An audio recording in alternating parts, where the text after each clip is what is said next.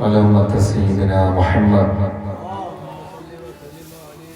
ഏറെ സ്നേഹാദരവുകൾ നിറഞ്ഞ ഈ വേദി അർത്ഥവത്തായ പ്രാർത്ഥന കൊണ്ട് തുറന്നു തന്ന ബഹുമാന്യനായ നായിബ് ഖാദി അലി ഫൈലി ഉസ്താദ്, സ്വാഗതം ആശംസിച്ച ഷറഹബീൽ സാഹിബ്, ഈ വേദിയിൽ ഉപവിഷ്ടരായ വിദ്യാർത്ഥിനികളെ, വന്യവയോധികരായ കാരണവന്മാരെ, സ്നേഹത്തിന്റെ പ്രതീകങ്ങളായ ചെറുപ്പക്കാരെ, ഉമ്മമാരെ, പെങ്ങന്മാരെ, അള്ളാഹു നമ്മുടെ കൂടലും പിരിയലും അവൻ ഇഷ്ടപ്പെടുന്ന അമലായി നമ്മിൽ നിന്ന് കബൂലാക്കട്ടെ.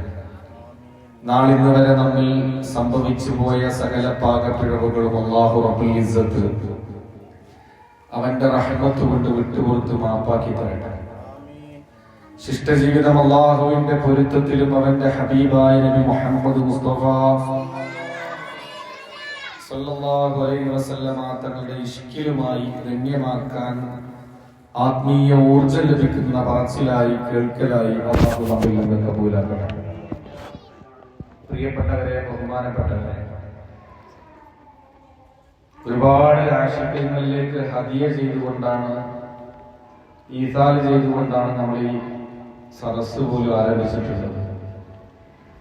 അതുകൊണ്ട് ആ മഹാന്മാരെയൊക്കെ മക്കളെ സംസാരിക്കരുത്, നല്ല കുട്ടികളല്ലേ, സംസാരിക്കരുത്. നമ്മുടെ റസൂലുള്ളാഹിനെ കുറിച്ച് പറയാൻ പോവാണ്. സംസാരിക്കോ? ഹബീബായ നബി മുഹമ്മദ് മുസ്തഫ സല്ലല്ലാഹു അലൈഹി വസല്ലമ തങ്ങളെ പറ്റി എത്ര പറഞ്ഞാലും, ഇന്നലെ ഉസ്താദ് സൂചിപ്പിച്ചതുപോലെ പറഞ്ഞു തുടങ്ങാൻ തന്നെ കഴിയില്ല.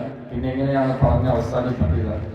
എത്ര പറഞ്ഞാലും എഴുതിയാലും കേട്ടാലും വായിച്ചാലും മതി വരാത്ത അനുഭവമാണ് അള്ളാഹുവിന്റെ ഹബീബ് നബി മുഹമ്മദ് മുസ്തഫ.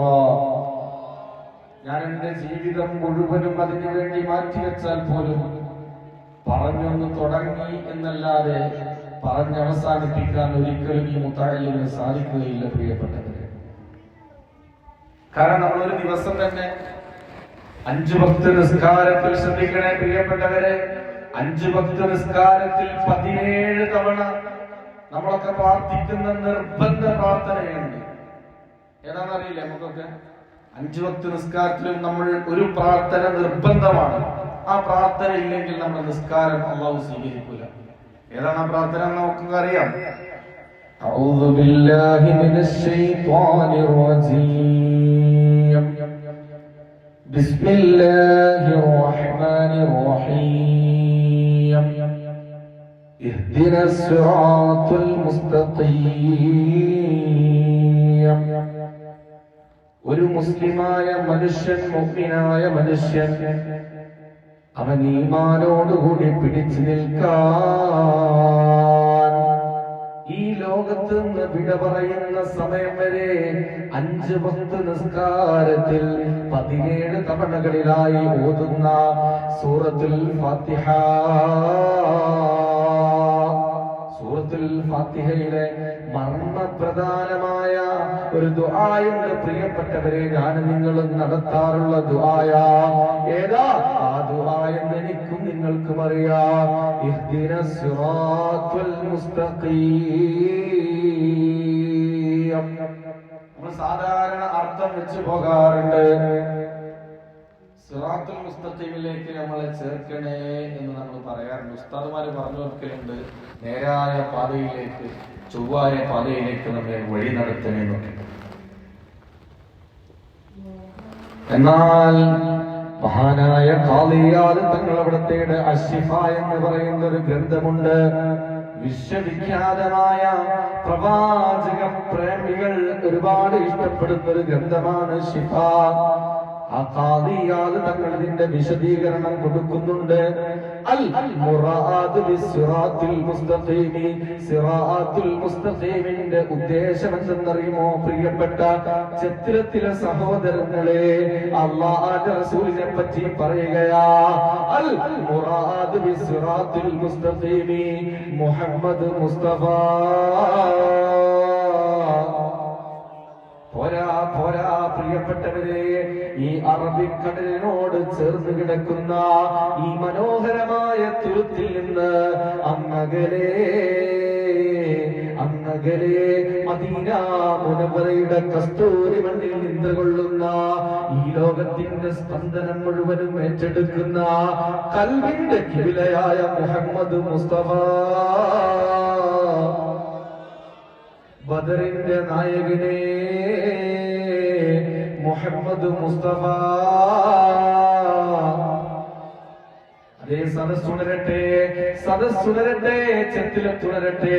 ഈ ദ്വീപിൽ നിന്ന് മദീന മുനവ്വറയിലേക്ക് സ്വലാത്തിന്റെ സമർപ്പണം ഗിഫ്റ്റായി ഹദിയയായി റസൂലുള്ളാഹിന്റെ അടുത്തേക്ക് എത്തട്ടെ. പ്രിയപ്പെട്ടവരെ, ഉഹുദിലെ പോരാളിയെ നബി മുഹമ്മദ് മുസ്തഫ, ഹന്തക്കിലെ തൊഴിലാളിയെ മുഹമ്മദ് മുസ്തഫ.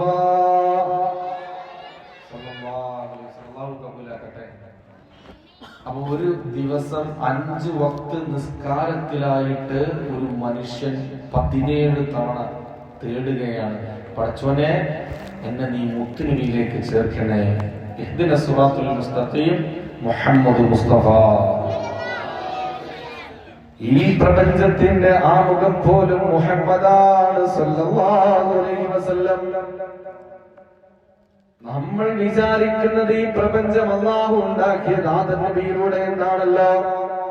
എന്നാൽ എന്റെ പ്രിയപ്പെട്ടവരെ, ഞാൻ നിങ്ങളും മനസ്സിലാക്കി വെക്കണേ. പ്രിയപ്പെട്ട ചത്തിരത്തുകാരെ, ഈ ദുനിയാവിൽ അല്ലാഹു ആദ്യമായി പടച്ചതെന്നറിയുമോ? അത് ആദം നബി അലൈഹിസ്സലാമിനെ അല്ല. ഭൂമിയല്ല, ചന്ദ്രനല്ല, നക്ഷത്രങ്ങളല്ല, താരാപഥങ്ങളല്ല, ഈ മാമലകളല്ല, ഒന്നുമല്ല പ്രിയപ്പെട്ടവരെ. ഈ ലോകത്ത് അല്ലാഹു റബ്ബുൽ ഇസ്സത്ത് ആദ്യമായി പടച്ചത് മുഹമ്മദ് മുസ്തഫ.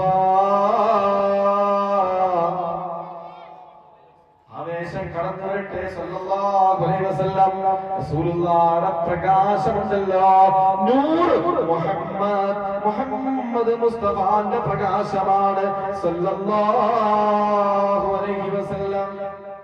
റസൂലുള്ളാഹിയുടെ ശരിക്ക് ശ്രദ്ധിക്കണേ, ശരിക്ക് മനസ്സുകൊണ്ട് കേൾക്കണേ. ആദ്യമായിട്ട് അല്ലാഹു പടച്ചത് പറയൂ എന്താ? മുത്തുനബിയുടെ പ്രകാശത്തെയാണ്. മങ്കുസ് മൗലൂദിൽ നമ്മൾ കേട്ടിട്ടില്ലേ? സുബ്ഹാനല്ലദീ യത്ല ഫീ ശഹരി റബീഉൽ അവ്വലി ഖമറ നബിയിൽ ഹുദാ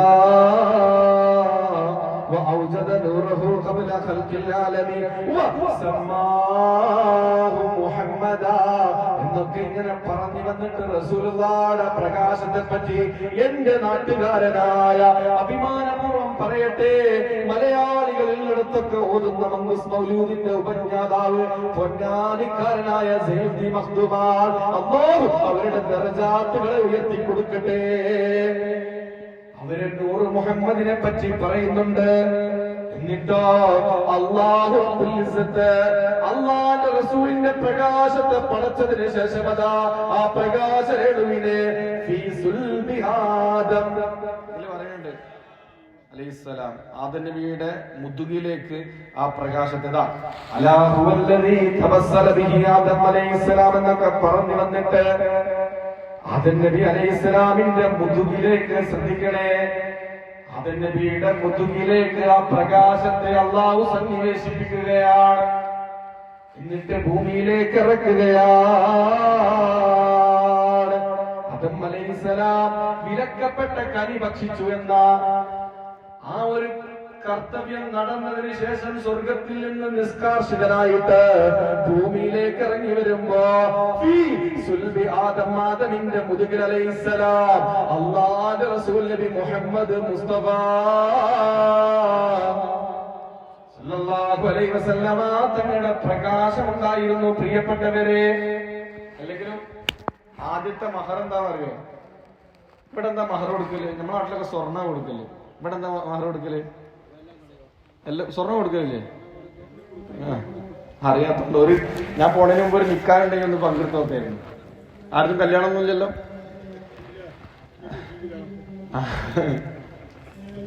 അതൻ നബി അലൈഹിസ്സലാം മഹർ കൊടുത്തത് എന്തെന്നറിയുമോ? നമ്മുടെ വല്യപ്പയും നമ്മുടെ വല്യമ്മയായ ഹവ്വ ഒറ്റക്കിരുന്നിട്ട് അതൻ നബി അലൈഹിസ്സലാം സ്വർഗത്തിലൊരു കൂട്ട് വേണമെന്ന് പറഞ്ഞപ്പോ അല്ലാഹു റബ്ബുൽ ഇസ്സത്ത് ഹവ്വ ബീവിയെ പടക്കുകയാണ്.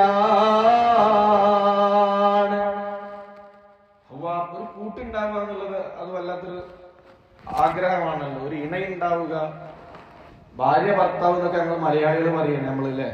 ശരിക്ക് ഖുർആൻ പറഞ്ഞത് സിവാജ് എന്നാണ്. സിവാജ് എന്ന് പറഞ്ഞാൽ ഇണ എന്നാണ് അർത്ഥം. ഇണ, തുണ. നമ്മള് ഭക്ഷണം കഴിക്കുന്ന സിവാജ് എന്ന വാക്ക് സൗജ്, സിവാജ് എന്ന വാക്കിൽ നിന്നാണ് സൗജ് വന്നത്. സൗജ് എന്ന് പറഞ്ഞാൽ ഇണ, സൗജത്ത്, സൗജ് എന്ന് വെച്ചാൽ ഇപ്പൊ ഭക്ഷണം കഴിക്കുമ്പോ പാത്രത്തില് ഇപ്പൊ നമ്മളെ അബ്ബാസാദിനോട് ഭക്ഷണം കഴിക്കുമ്പോ എന്തൊക്കെ ഉണ്ടാവും? മീനുണ്ടാവും, ഇറച്ചി ഉണ്ടാവും, ഉപ്പേരി ഉണ്ടാവും, ചോറുണ്ടാവും, എല്ലാം ഉണ്ടാവും, കറി ഉണ്ടാവും. ഇതിങ്ങനെ വായിലേക്കാക്കി ചവച്ചരക്കുമ്പോ ഒരു എല്ലതും കൂടി മിക്സ് ആവൂലെ, കൂടിച്ചേർന്ന് ഒന്നാവൂലോ. അതിനാണ് സിവാജ് എന്ന് പറയാ. ഇങ്ങനെ രണ്ട് കുടുംബങ്ങൾ തമ്മിൽ കൂടിച്ചേർന്ന് ഒന്നാകുന്നതിനാണ് നിക്കാഹ് എന്ന് പറയാ. അള്ളാഹു നമ്മുടെ ദാമ്പത്യ ജീവിതമൊക്കെ റാഹത്തിലാക്കി തരട്ടെ. പ്രിയപ്പെട്ടവരെ, അങ്ങനെ ആദം നബി അലൈഹിസ്സലാം ഹവ്വ ബീവിയെ തൊടാൻ വേണ്ടിയിട്ട് കൈ നീട്ടിയപ്പോ അള്ളാഹു പറഞ്ഞു, ആദമേ നിനക്ക് ഹറാമാ, പെണ്ണിനെ തൊടാൻ പറ്റൂല. നീ മഹർ കൊടുത്ത് നിക്കാഹ് ചെയ്യാതെ നിനക്ക് തൊടാൻ പറ്റില്ല എന്ന് പറഞ്ഞപ്പോ ആദം നബി അലൈഹിസ്സലാം അല്ലാഹു റബ്ബുൽ ഇസ്സത്തിനോട് ചോദിച്ചു,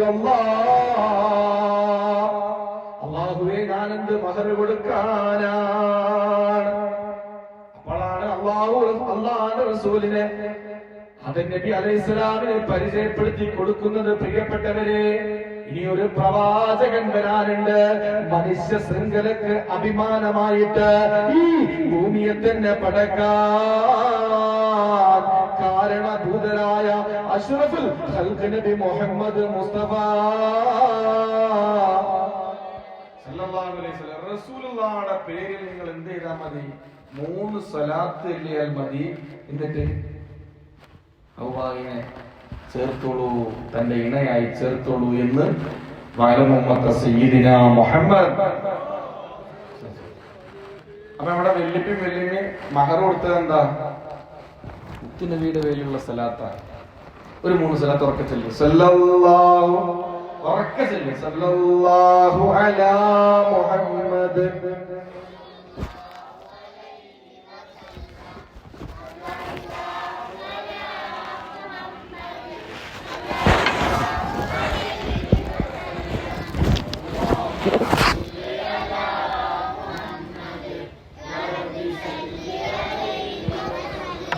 അങ്ങനെ ആദം നബി ഭൂമിയിലേക്ക് ഇറങ്ങിയപ്പോൾ ആദം അലൈഹിസ്സലാമിന്റെ മുതുകിൽ പുണ്യനബി മുഹമ്മദ് മുസ്തഫ സല്ലല്ലാഹു അലൈഹി വസല്ലമ തങ്ങളുടെ പ്രകാശമുണ്ടായിരുന്നു.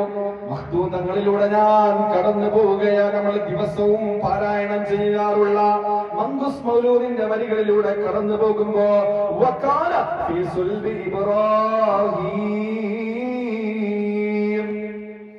ഹീന ഉൽഖിയ ഫിന്നാർ. നമുക്കറിയാം തീകുണ്ടാരത്തിലേക്ക് ഇബ്രാഹിം നബി അലൈഹിസ്സലാമിനെ എറിഞ്ഞ സംഭവം. അവിടെ അതേപോലെ ആദം നബിയിലൂടെ സഞ്ചാരം ചെയ്ത പ്രകാശരേണു ഫീ സുൽബി ഇബ്രാഹീം, ഇബ്രാഹിം നബി അലൈഹിസ്സലാമിന്റെ മുതുകിലേക്ക് അല്ലാഹു സന്നിവേശിപ്പിക്കുകയാണ്. നമുക്കറിയാം തീകുണ്ടാരം ഉണ്ടാക്കിയില്ലേ? ആകാശം മുട്ട ആർത്തലക്കുന്ന സമുദ്ര തിരമാലകളെ പോലെ, ചീറിയടക്കുന്ന തിരമാലകളെ പോലെയുള്ള അതേ അഗ്നികുണ്ടാരം ഉണ്ടാക്കിയില്ലേ? ആസുരിപ്പടയുടെ നേതാവായ നമ്രൂദ് എന്ന കിങ്കരൻ തീകുണ്ടാരം ഉണ്ടാക്കിയിട്ട് നമ്മുടെ നേതാവ് ഖലീലുള്ളാഹ് ഇബ്രാഹിം നബി അലൈഹിസ്സലാമിന്റെ തീകുണ്ടാരത്തിലേക്ക് എറിഞ്ഞപ്പോ എന്താ മെച്ചിങ് കൊണ്ടതാ? തേങ്ങ കൊണ്ടതാ? അല്ലാഹു ആക്കട്ടെ.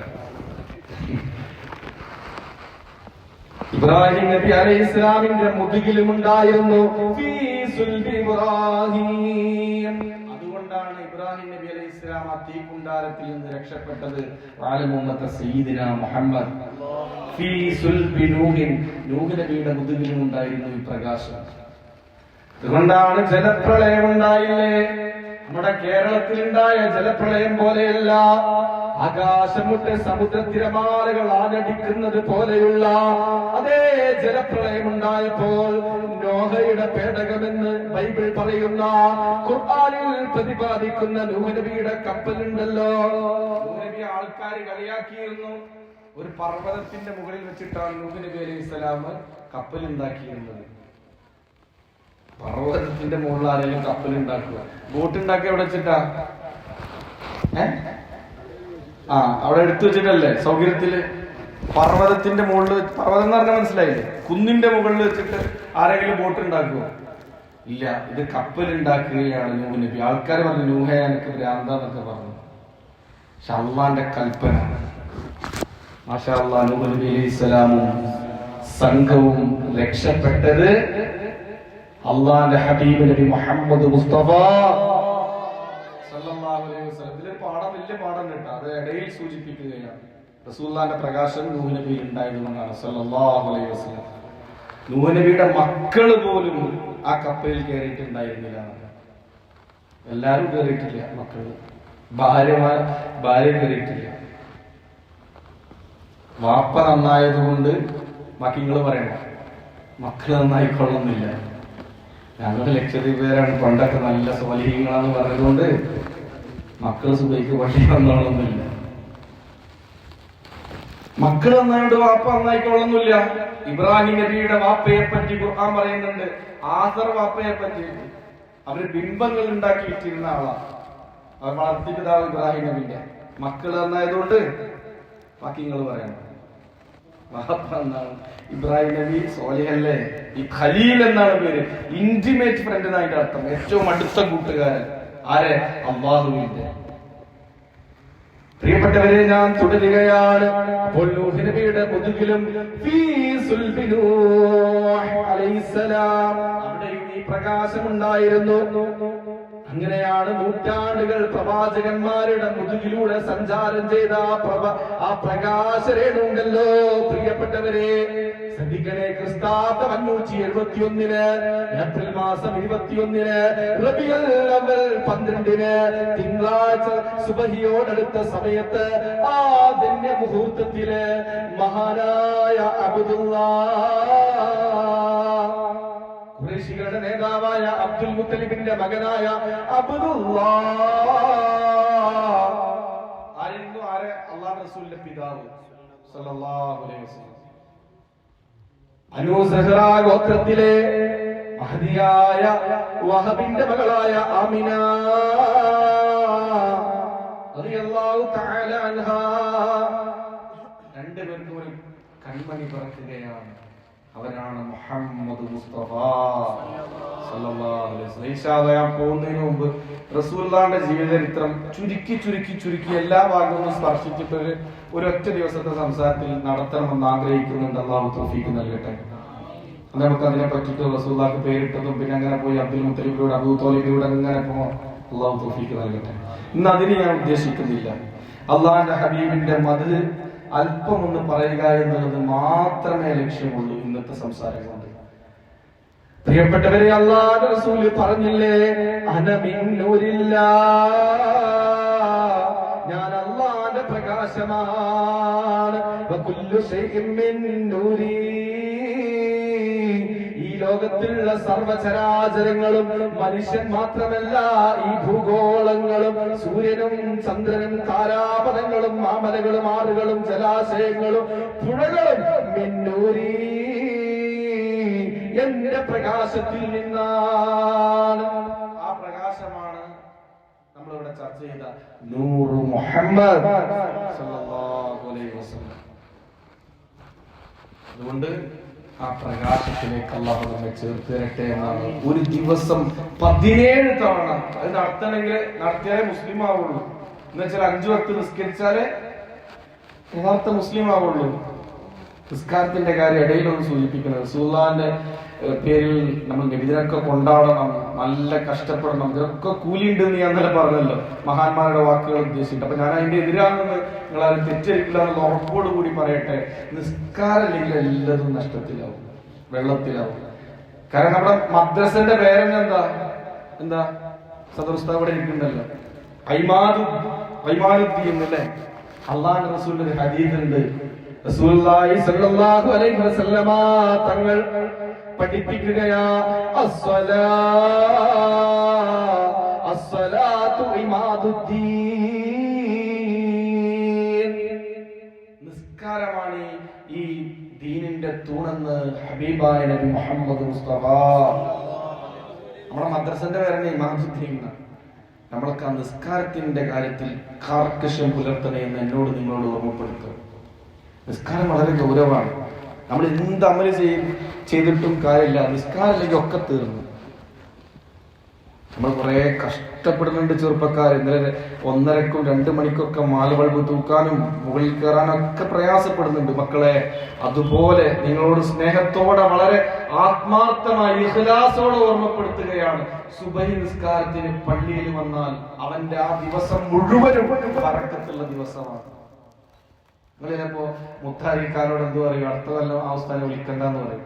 പക്ഷെ പറയാനുള്ളത് പറയണ്ട, അല്ലെങ്കിൽ നാളെ മഹ്ശറിൽ അള്ളാഹുവിന്റെ മുന്നിൽ ഞാൻ കുടുങ്ങിപ്പോകും, എന്റെ കോളറ പിടിക്കും, എന്റെ വസ്ത്രത്തിൽ പിടിച്ചു വലിക്കും, മഹ്ശറിൽ ഞാൻ പെട്ടുപോകും. അതുകൊണ്ട് ഓർമ്മപ്പെടുത്തുകയാണ്, നിങ്ങളെ നടത്തുന്ന പ്രവർത്തനങ്ങളൊക്കെ നന്മയാണ്, അതിന്റെ കൂടെ നിസ്കാരം കൂടി ഉണ്ടാകും. പള്ളിയിട്ടൊരു ബന്ധമാണ്. ഞാനൊരു ഹദീസ്, ഒരൊറ്റ ഹദീസ്, ഉസ്താദ് ഇരിക്കുന്നുണ്ടല്ലോ, ഞാൻ വെറുതെ പറയുകയാണെങ്കിൽ ഉസ്താദ് അദ്ദേഹം ഇവിടുത്തെ നായിബ് ഖാദി കൂടിയാണ്. വളരെ ഗൗരവത്തിൽ ഞാൻ നിങ്ങൾ മനസ്സിലാക്കേണ്ട ഒരു ഹദീസ് ഈ വിഷയത്തിൽ ഉൾപ്പെടുത്തിക്കൊണ്ട് സൂചിപ്പിക്കുകയാണ്. അല്ലാഹുവിന്റെ റസൂൽ നബി മുഹമ്മദ് മുസ്തഫ സല്ലല്ലാഹു അലൈഹി വസല്ലം തങ്ങളുടെ അടുത്തേക്ക് ഇബ്നു അബ്ബാസ് റളിയല്ലാഹു അൻഹു, ഇബ്നു അബ്ബാസ് റളിയല്ലാഹു അൻഹു മറവിട്ട് കിടക്കുന്നത് ത്വായിഫിലാണ്. മക്കയുടെയും മദീനയുടെയും ഇടയിലുള്ള ഒരു പ്രദേശമാണ് ത്വായിഫ്. അവരുടെ പേരിൽ നിന്ന് അവിടെ വലിയൊരു പള്ളിയുണ്ട്, ഒരു മക്തബുണ്ട്, അവരുടെ മസാർ അവിടെയാണ് ഉള്ളത്. അവരെ റഈസുൽ മുഫസ്സിരീനാണ്, ഖുർആൻ വ്യാഖ്യാതാക്കളുടെ പ്രസിഡന്റാണ് മഹാനായ ഇബ്നു അബ്ബാസ്. പ്രിയപ്പെട്ടവരെ, തർലിയത്തിലെ വലിയൊരു മഹാനാണ്. ഖുർആൻ വ്യാഖ്യാനം എഴുതിയവരിൽ ഏറ്റവും മുൻപന്തിയിൽ നിൽക്കുന്ന, തഫ്സീറുകളിൽ ഏറ്റവും പ്രാമാണിക പിൻബലമുള്ള അല്ലാഹുവിന്റെ റസൂലിന്റെ സഹാബി വര്യൻ ഇബ്നു അബ്ബാസ് റളിയല്ലാഹു തആല അൻഹു അല്ലാഹുവിന്റെ റസൂലിന്റെ അടുത്ത് വന്നിട്ട് ചോദിച്ചു, നബിയേ, അങ്ങേ നല്ല ഇഷ്ടപ്പെടുന്ന ആളാ, നന്മകളിലേക്ക് സമ്പത്ത് കൊടുക്കുന്ന ആളാ, എന്താവശ്യമുണ്ടെങ്കിലും ദീനും അല്ലാഹുവിന്റെ റസൂലിനും സമ്പത്ത് തരുന്ന ആളാ, പക്ഷേ അയാൾക്ക് പള്ളിയുമായി ബന്ധമില്ല, ജമാഅത്തിൽ താല്പര്യമില്ല. ഇങ്ങനെ ഒരാളെ കുറിച്ച് അല്ലാഹുവിന്റെ റസൂലേ അങ്ങയുടെ അഭിപ്രായം എന്താണ്? ചോദ്യം വളരെ ഗൗരവമാണ്. എല്ലാം നന്മ ചെയ്യുന്നുണ്ട്, പക്ഷെ പള്ളിയോട് വലിയ താല്പര്യമില്ല, ജമാഅത്തിൽ താല്പര്യമില്ല. ഗൗരവത്തിലെടുക്കണം പ്രിയപ്പെട്ടവരെ. ഞാൻ ആദ്യം എന്നോടാ ഓർമ്മപ്പെടുത്തുന്നത്. ഇവിടെ നിസ്കാരം എടുക്കുമ്പോൾ ഞാൻ അവിടെ കിടന്നു ഉറങ്ങണമെങ്കിൽ അത് ശരിയല്ല, ഞാൻ എന്റെ നാട്ടിലാണെങ്കിലും ശരിയല്ല. അപ്പൊ അല്ലാഹുവിന്റെ റസൂലിനോട് ഇബ്നു അബ്ബാസ് ചോദിക്കുന്ന ആളും മോശമല്ല, ചോദിക്കപ്പെടുന്ന ആളും മോശമല്ല. 2 മഹാരഥന്മാർ. അല്ലാഹുവിന്റെ റസൂൽ നബി മുഹമ്മദ് മുസ്തഫ സല്ലല്ലാഹു അലൈഹി വസല്ലമ തങ്ങൾ സഗൗരവം പറയുകയാണ്. എന്താ നിന്റെ ചോദ്യം ഇബ്നു അബ്ബാസേ? നന്മകളിലൊക്കെ മുമ്പന്തിയിലുള്ള ഒരാളെ പറ്റിയല്ലേ ചോദിക്കുന്നത്, പക്ഷേ പള്ളിയുമായി ബന്ധമില്ല അല്ലേ, ജമാഅത്തിൽ താല്പര്യമില്ല അല്ലേ? അല്ലാഹുവിന്റെ റസൂൽ ഒരു പ്രതിവചനമാ,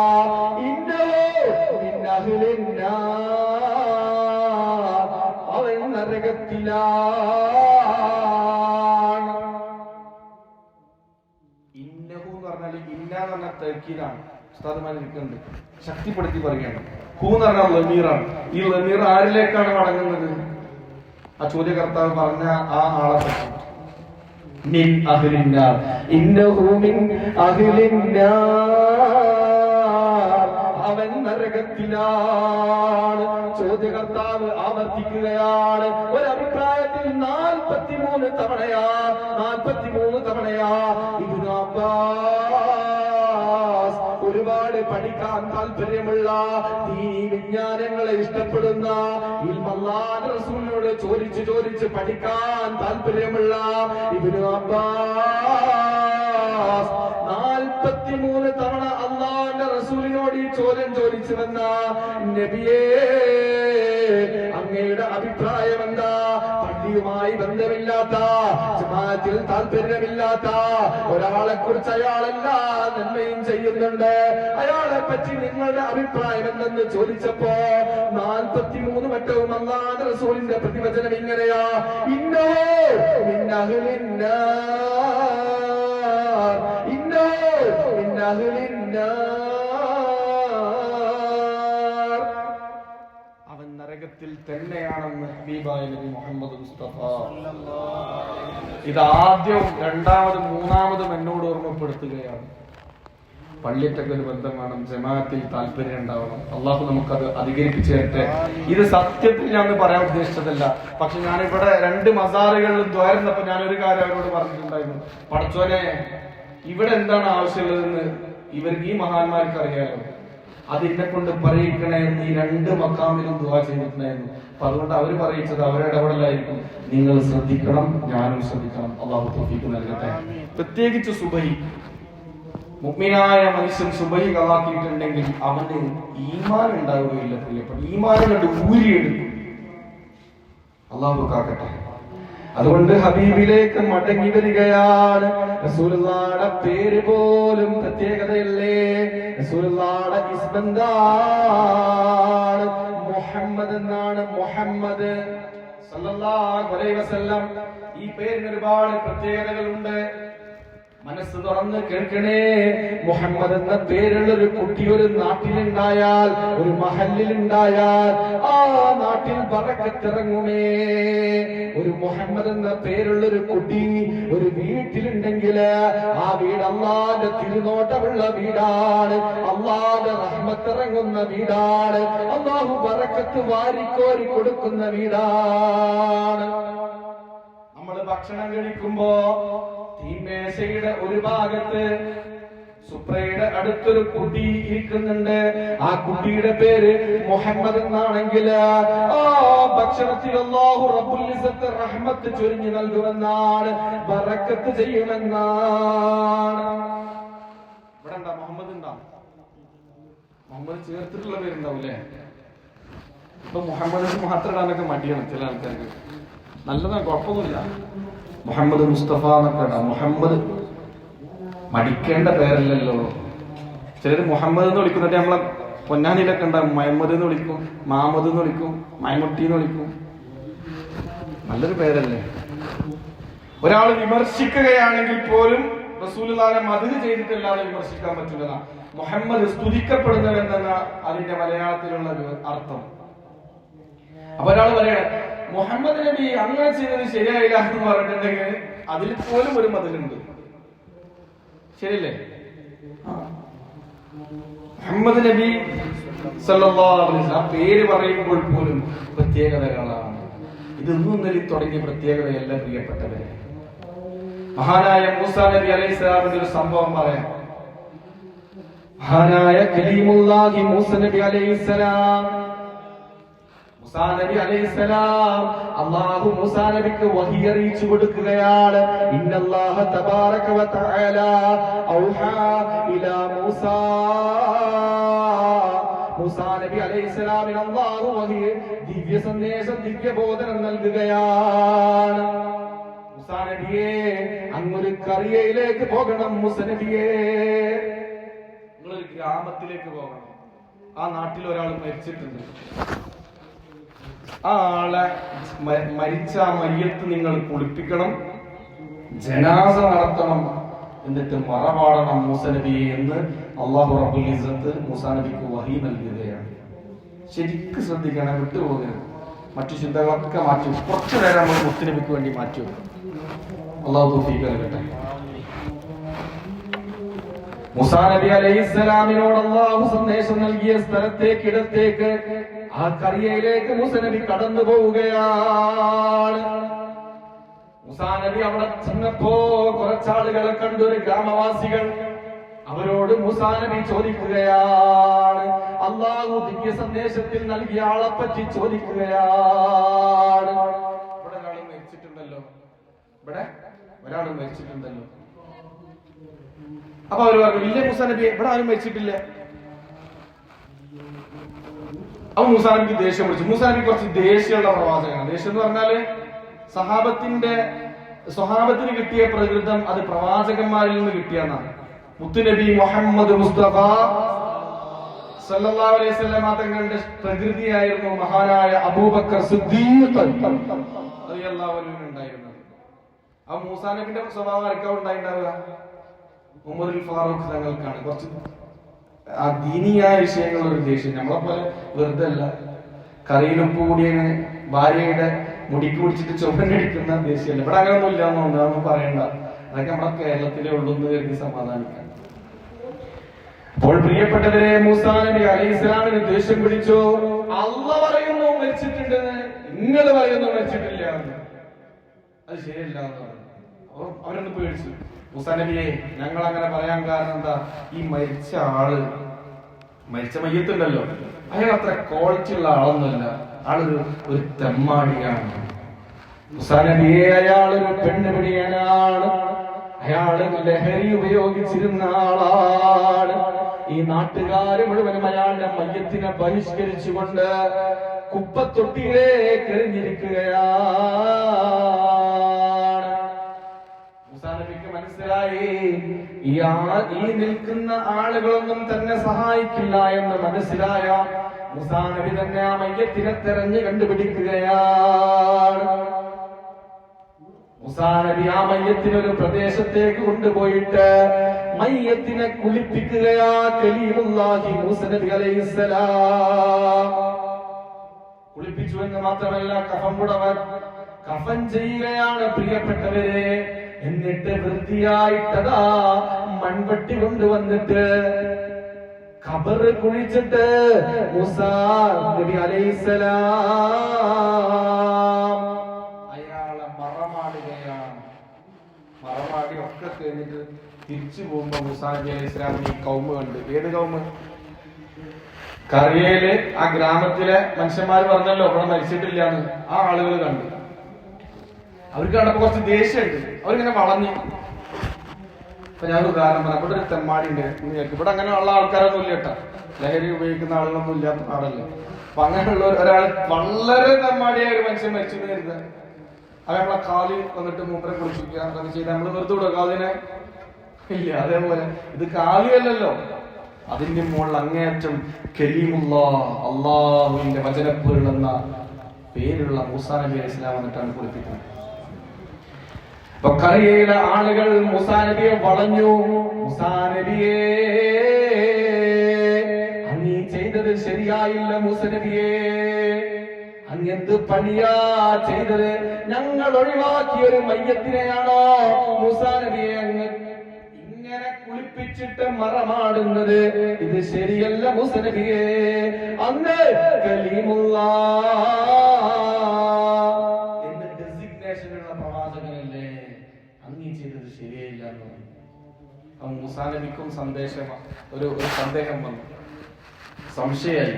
പക്ഷെ എന്തിനപ്പ അള്ളാഹു ഈ ഒരു തെമ്മാടിയെ എന്നെ കൊണ്ട്? നിങ്ങൾക്ക് സംശയമല്ലേ?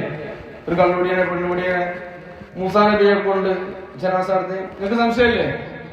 സംശയമില്ലേ? നമുക്ക് വേറെ വിഷയം പറഞ്ഞു പോവാം. സംശയമില്ലേ? സംശയമുണ്ട്. മൂസാ നബിക്ക് സംശയമായി. മൂസാ നബി അള്ളാഹുവിലേക്ക് കരങ്ങൾ ഉയർത്തിയിട്ട് തേടുകയാണ്. റബ്ബേ, എന്തിനാ റബ്ബേ എന്നെ ഇങ്ങനെ പരീക്ഷിച്ചത്? അപ്പോഴതാ സപ്താകാശ കവാടങ്ങൾ തുറന്ന് ചിറകടിനാദം വഹയിന്റെ മന്ത്രവുമായി ഹളറത്ത് ജിബ്രീൽ അലൈഹിസ്സലാം ഇറങ്ങി വരികയാണ്. മൂസാ നബിയോട് പറഞ്ഞു, മൂസാ നബിയെ സംശയിക്കണ്ട, മൂസാ നബിയെ സംശയിക്കണ്ട, സന്ദേഹിക്കണ്ട, പ്രയാസപ്പെടണ്ട. അയാള് നരകത്തിൽ തന്നെയാണ്. അയാളെവിടെയാണ്? നിങ്ങൾ വിചാരിച്ചാൽ സ്വർഗത്തിലാണ് ഞാൻ പറയുന്നു. അവിടെയാണ് ട്വിസ്റ്റ് ഉള്ളത്. അയാൾ നരകത്തിൽ തന്നെയാണ്. മൂസാ നബി അലൈഹിസ്സലാമിന് സന്ദേഹം ഇരട്ടിക്കുകയാണ്. സംശയം വീണ്ടും ഡബിളായി കൂടുകയാണ്. അപ്പോൾ മൂസാ നബി അലൈഹിസ്സലാമിനോട് ജിബ്രീൽ പറഞ്ഞു, മൂസ നബിയേ, അയാള് തെമ്മാടി തന്നെയാണ്. അയാള് സ്വർഗത്തിൽ പോകാൻ മാത്രം നന്മയൊന്നും ചെയ്തിട്ടില്ല. പക്ഷേ അങ്ങേ കൊണ്ട് ജനാസ നടത്താനുള്ള കാരണം എന്തെന്നല്ലേ അങ്ങ് സംശയിക്കുന്നത്? അതിനൊരു കാരണമേ ഉള്ളൂ. മൂസാ നബിയേ, അങ്ങയുടെ വേദഗ്രന്ഥമായ തൗറാത്ത് അയാള് വായിക്കാറുണ്ട്. മൂസ നബിയേ, തൗറാത്ത് വായിക്കുമ്പോൾ അതിൽ അന്ത്യപ്രവാചകനായ, ഇനി വരാനുള്ള പ്രവാചകനായ മുഹമ്മദ് മുസ്തഫ സല്ലല്ലാഹു അലൈഹി വസല്ലമ തങ്ങളുടെ പേരതിൽ കാണാം. മുഹമ്മദ് എന്ന് തൗറാത്തിലുണ്ട് മുഹമ്മദ് മുസ്തഫ, ഇഞ്ചീലിലുണ്ട് മുഹമ്മദ് മുസ്തഫ, അർശിലും കലമിലും ലൗഹിലുമുണ്ട് മുഹമ്മദ് മുസ്തഫ. അതേ ഋഗ്വേദത്തിലുണ്ട്, യജുർവേദത്തിലുണ്ട്, സോമവേദത്തിലുണ്ട്, ഭവിഷ്യപുരാണത്തിലുണ്ട്. ഏകസ്മിന്നന്തരേ മ്ലേച്ഛാചാരേണ്യ മഹാമരേ ഇരിക്കാത ശിഷ്യശാഖ സമന്വിതം. ഇത് ഭവിഷ്യപുരാണം, അതിലുണ്ട് മുഹമ്മദ് മുസ്തഫ. ബൈബിളിലുണ്ട് മുഹമ്മദ്, എല്ലാത്തിലുമുണ്ട് മുഹമ്മദ് മുസ്തഫ. അപ്പോൾ ഈ മനുഷ്യന്റെ പ്രത്യേകത എന്താ? ഇയാൾ ഇങ്ങനെ തൗറ എന്ന വേദഗ്രന്ഥം വായിക്കുമ്പോൾ അതിൽ മുഹമ്മദ് എന്ന പേര് കാണുമ്പോൾ അയാൾക്കൊരു അറ്റാച്ച്മെന്റ് വരികയാണ്, ഒരു ആഗ്രഹം. ആ പേരിനോട് ഇഷ്ടം തോന്നുകയാണ്. ഈ വ്യക്തിയെ അറിഞ്ഞിട്ടല്ല, ഈ വ്യക്തിയുടെ പ്രഭാവത്തിലേക്ക് ലയിച്ചുകൊണ്ടല്ല, ഹബീബിനെ പറ്റി കൂടുതൽ അറിഞ്ഞിട്ടല്ല, പക്ഷേ ആ പേരിനോടുള്ള ഇഷ്ടം കൊണ്ട്, ഇമ്പം കൊണ്ട് സല്ലല്ലാഹു അലൈഹി വസല്ലം അന്നത്തെ രീതിയിലുള്ള ഒരു സലാത്തുല്ലും ആ മനുഷ്യൻ. അത് മാത്രം അയാളുടെ ജീവിതകാലത്ത് ചെയ്ത ഒരേ ഒരു നന്മ. അതുകൊണ്ട് മാത്രമാണ് മൂസാ നബിയെ നിങ്ങളെ കൊണ്ട് അല്ലാഹു റബ്ബുൽ ഇസ്സത്ത് അയാളുടെ ജനാസ കർമ്മം നിർവഹിച്ചത് എന്ന് മഹാനായ ഹദറത്ത് ജിബ്രീൽ വഅല ഉമ്മത്തി സയ്യിദിനാ മുഹമ്മദ്. ഒരു കാര്യം മനസ്സിലാക്കാണ്, വലിയൊരു പാടാണ്. സ്വലാത്ത് കൊണ്ട്, മദ്ഹ് കൊണ്ട്, ഇഷ്ക് കൊണ്ട്, റബിയ പരിപാടി കൊണ്ട് രണ്ടും കിട്ടും. ദുനിയാവും കിട്ടും, ആഖിറം കിട്ടും. നമ്മൾ ദുനിയാവ് മാത്രം ലക്ഷ്യമാക്കിയാൽ ദുനിയാവ് മാത്രമേ കിട്ടുള്ളൂ. ഈ മനുഷ്യർക്ക് ദുനിയാവ് മാത്രമേ കിട്ടിയുള്ളൂ, ആഖിറം കിട്ടിയില്ല. കാരണം എന്താ? മറ്റു കാര്യങ്ങളൊന്നും ശ്രദ്ധിച്ചില്ല. നിസ്കാരം നമ്മൾ വളരെ പ്രധാനത്തോടു കൂടി ശ്രദ്ധിച്ച് അതിന്റെ കൂടെ ഇതുകൂടി ഉണ്ടെങ്കിൽ സ്വർണത്തിനൊരു സുഗന്ധം പോലെ. മുത്തുനബിയുടെ മദ്ഹിനെ ഇഷ്ടപ്പെടുന്നവർ, മൗലിദിനെ ബഹുമാനിക്കുന്നവർ, റസൂലുള്ളാഹിയുടെ വ്യക്തിത്വത്തെ ഇഷ്ടപ്പെടുന്നവരൊന്നും വെറുതെയായി പോകില്ല. അള്ളാഹുവിന്റെ റസൂലിന്റെ ആശയങ്ങളിൽ നമ്മെ ഉൾപ്പെടുത്തി അനുഗ്രഹിക്കട്ടെ. ഒരു 3 സ്ഥലത്ത് ഉറക്ക മദീന മാത്രം ലക്ഷ്യമാക്കിക്കൊണ്ട് സല്ലല്ലാഹു അലാ മുഹമ്മദ്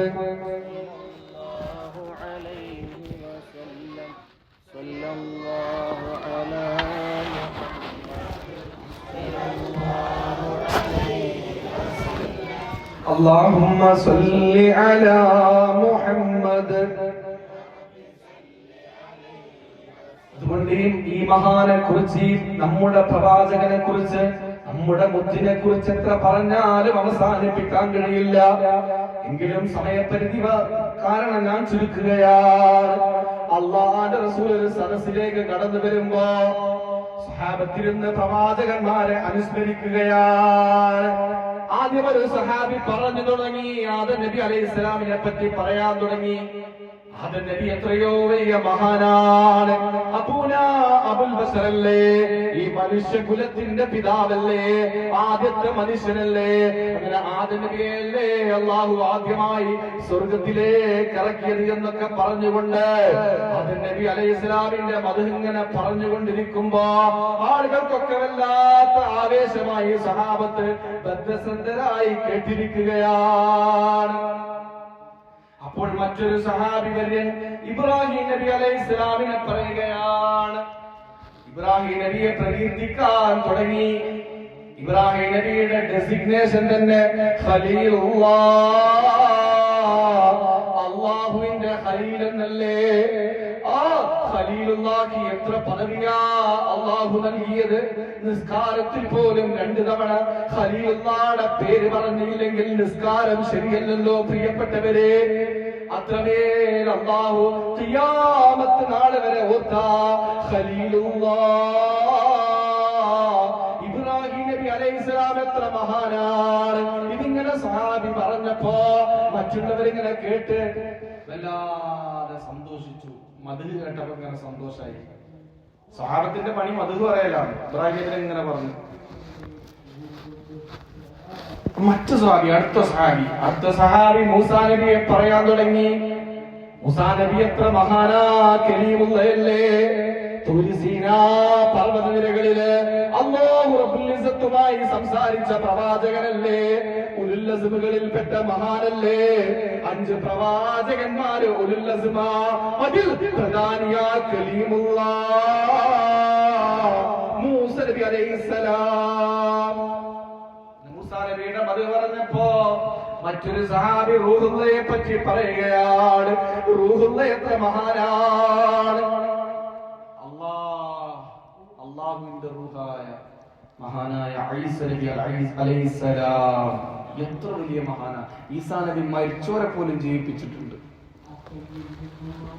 ഈസാ നബി അന്ന് വിശ്വങ്കരന്മാരുടെ കാലഘട്ടമായിരുന്നു, ഡോക്ടർമാരുടെ കാലഘട്ടമാണ്. അവരങ്ങനെ പ്രബോധനം നടത്തിയ ആളുകളെ മറ്റു മതങ്ങളിലേക്ക് ക്ഷണിക്കുമ്പോഴാണ് അള്ളാഹു ഈസാ നബി അലൈഹിസ്സലാമിന് മൂജിസത്തായിട്ട് വെള്ളപ്പാണ്ട്, കുഷ്ഠം പോലെയുള്ള രോഗങ്ങൾ മാറ്റാനും മരിച്ചവരെ ജീവിപ്പിക്കാൻ പോലും കഴിവുള്ള പ്രവാചകനാണ് റൂഹുല്ലാഹി ഈസാ. ഇതൊക്കെ ഇങ്ങനെ പറഞ്ഞപ്പോ സഹാബത്ത് വട്ടം കൂടിയിരുന്നിട്ട് മഹാന്മാരെ പ്രകീർത്തിച്ചപ്പോ അല്ലാഹുവിന്റെ റസൂലാം സദസ്സിലേക്ക് കടന്നു വരികയാണ്. എല്ലാവരും എഴുന്നേറ്റ് നിന്നപ്പോ അല്ലാഹുവിന്റെ റസൂൽ ആ സദസ്സിൽ വന്നിരുന്നിട്ട് എല്ലാവരോടും ഇരിക്കാൻ വേണ്ടി പറഞ്ഞു തുടങ്ങുകയാണ്. സ്വഹാബാ, നിങ്ങൾ പറഞ്ഞതൊക്കെ ഞാൻ കേട്ടു, എല്ലാം ശരിയാണ്. ആദം നബി വലിയ മഹാനാണ്, അബുൽ ബശർ തന്നെയാണ്, ഈ മനുഷ്യകുലത്തിന്റെ പിതാവാണ്. കലീമുള്ള മഹാനാ, ഖലീലുള്ള മഹാനാ, റൂഹുള്ള മഹാനാ. പക്ഷേ അല്ലാഹുവിന്റെ ഏറ്റവും അടുത്തതാരെന്നറിയോ സഹാബാ? അതും കലീമുള്ളയല്ല, ഖലീലുള്ളയല്ല, റൂഹുള്ളയല്ല, അത് ഞാനാണ്.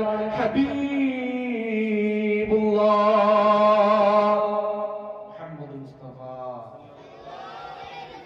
റസൂലുള്ളാഹ് ഫഖർ പറഞ്ഞതല്ല, ഹബീബായ നബി തങ്ങൾ നിഅമത്ത് പറഞ്ഞതാണ്.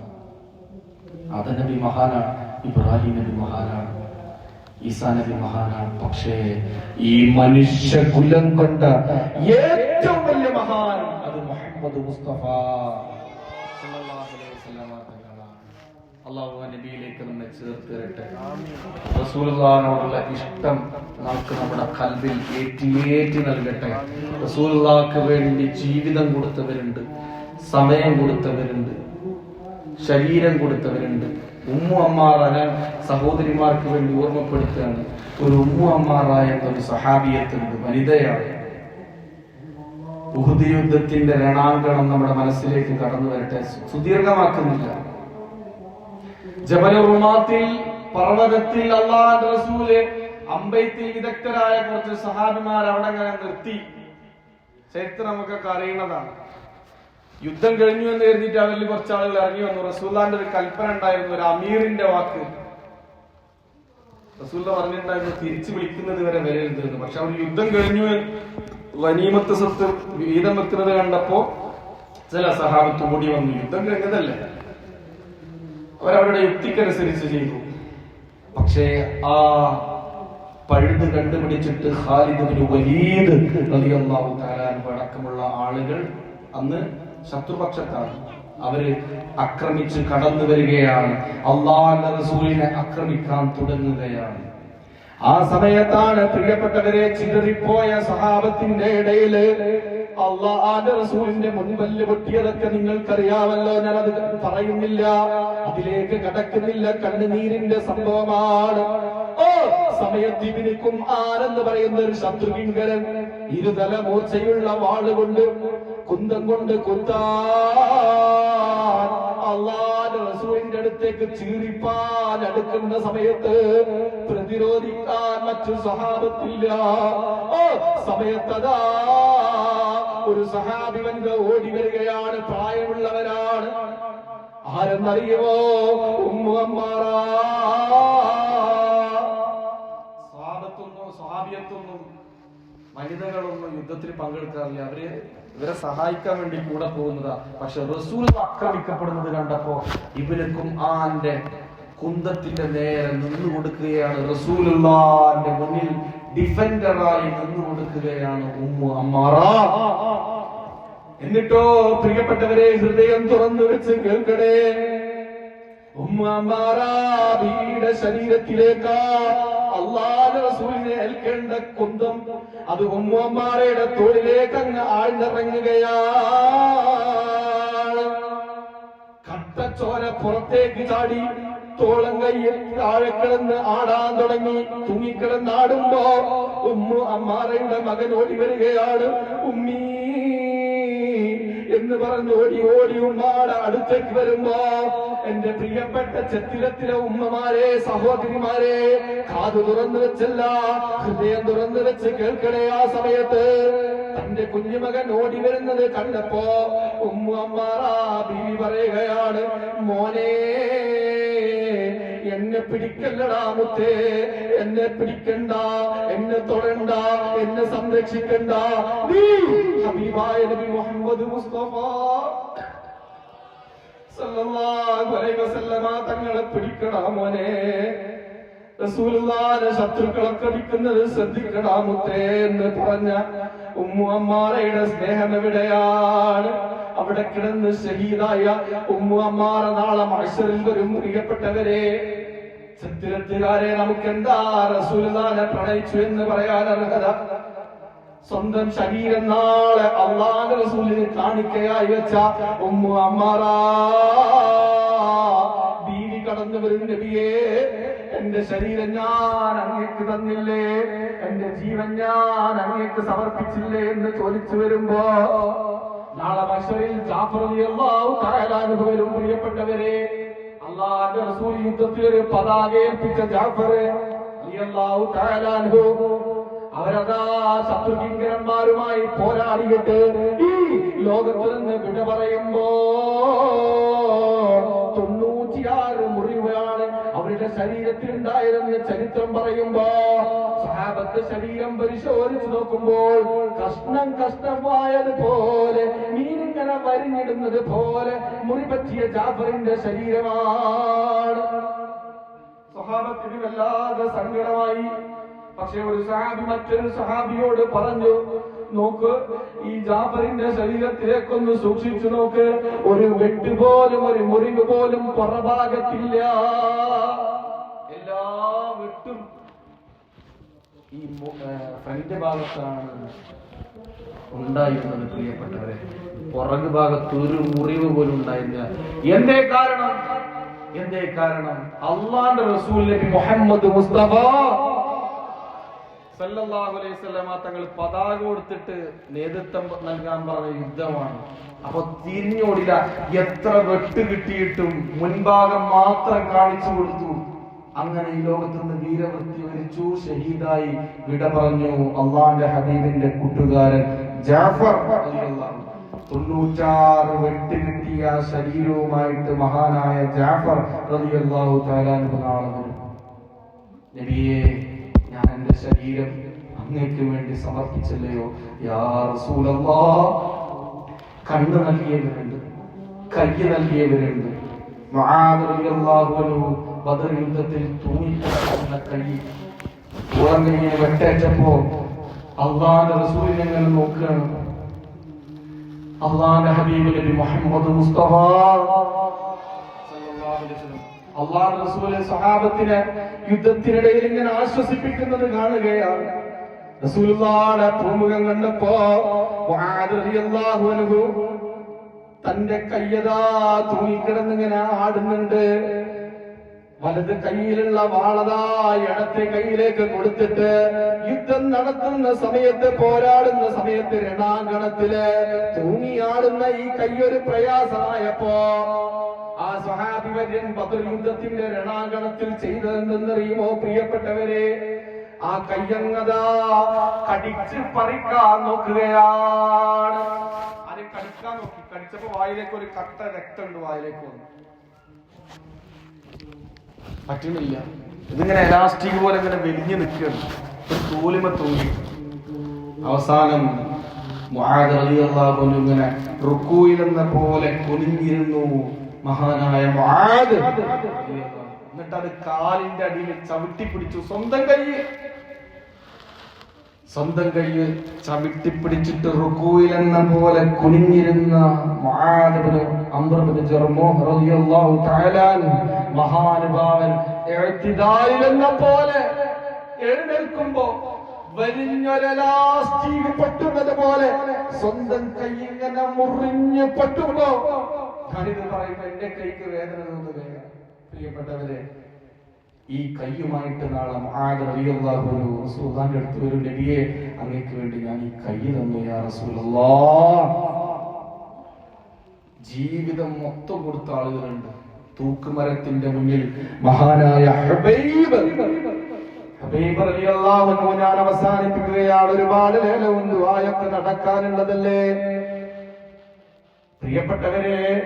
ഹുബൈബ് റളിയല്ലാഹു അൻഹു തൻഈമിന്റെ പ്രദേശത്ത് വെച്ചുകൊണ്ട് മസ്ജിദ് ആയിഷ ഇന്ന് നിലനിൽക്കുന്ന സ്ഥലത്ത് വെച്ചുകൊണ്ട് പർവ്വതത്തിന്റെ താഴ്വാര ഭാഗത്ത് വെച്ചുകൊണ്ട് കിങ്കരന്മാർ ഹുബൈബ് റളിയല്ലാഹു അൻഹുവിനെ തൂക്കിലേറ്റുന്ന സമയത്ത് ആരാചാര്യൻ ചോദിക്കുകയാണ്, ഹുബൈബേ, നിന്റെ അവസാനത്തെ ആഗ്രഹം എന്താണ്? ഹുബൈബ് റളിയല്ലാഹു അൻഹു പറഞ്ഞു, എനിക്ക് 2 റക്അത്ത് നിസ്കരിക്കണം. പ്രിയപ്പെട്ടവരെ, നമ്മളൊന്ന് ചിന്തിച്ചു നോക്ക്. അവർക്ക് നിസ്കാരത്തിലോടുള്ള അഭിരുചി എത്രയാണ്, നിസ്കാരത്തോടുള്ള സ്നേഹം എത്രയാണ്.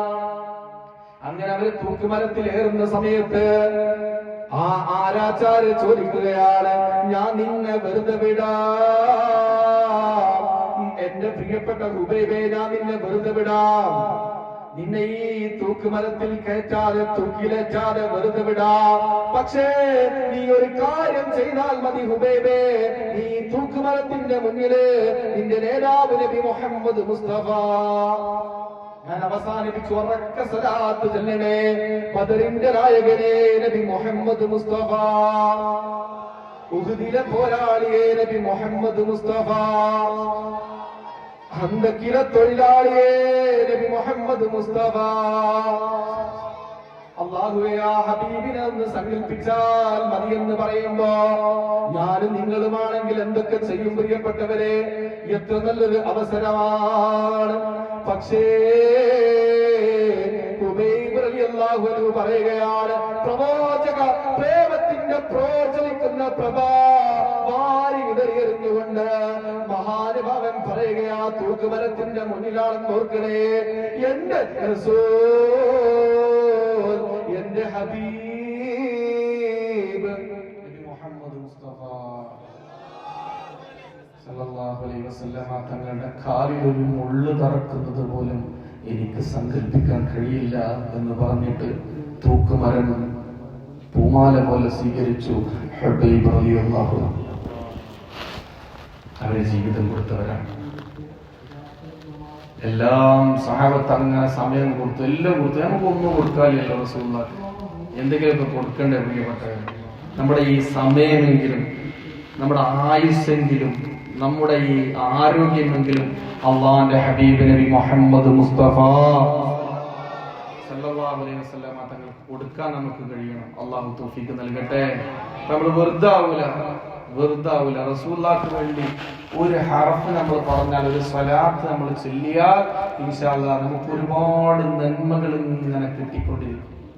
സ്വലാത്ത് ചൊല്ലുന്ന ആളുകൾക്ക് വേണ്ടി മലക്കുകൾ ദ്വാരക്കുന്നു. വൽ മലായികതു യദ്ഊൻ, മലക്കുകൾ അവർക്ക് വേണ്ടി ദ്വാരക്കുന്നു. മാത്രമല്ല, സ്വലാത്ത് ഇങ്ങനെ ചൊല്ലി മദീനയോട് ഇഷ്ടപ്പെടുന്ന ആളുകൾക്ക് വയർഫഉ ലഹു ദറജാത്ത്, അല്ലാഹു റബ്ബുൽ ഇസ്സത്ത് അവരുടെ പദവികളെ ഉയർത്തുമെന്നാണ്. ദുനിയാവിലുമുണ്ട് പദവികൾ, ആഖിറത്തിലുമുണ്ട് പദവി. ആഖിറത്തിൽ ഇങ്ങനെ 120 സ്വത്തുകളായിട്ടാണ് മനുഷ്യന്മാരെ നിർത്തുന്നത്. ഞാൻ അവസാനിപ്പിച്ചു, നമുക്ക് ലേലത്തിലേക്ക് കടക്കാം. 120 സ്വത്തായിട്ടാണ് മനുഷ്യന്മാരെങ്ങനെ നിർത്തുക. അതിൽ 117 സ്വത്തും നരകത്തിലാണ്. സയ്യിദിന മുഹമ്മദ് 3 സ്വത്ത് മാത്രമാണ് സ്വർഗത്തിലേക്ക് ഉണ്ടാവുക. അള്ളാഹു നമ്മെ അതിൽ ഉൾപ്പെടുത്തി അനുഗ്രഹിക്കട്ടെ. മുത്തുനബിയെ അതിരറ്റ് പ്രണയിക്കാൻ, ഹബീബിന്റെ പേരിൽ സ്വലാത്ത് ചൊല്ലി ചൊല്ലി ചൊല്ലി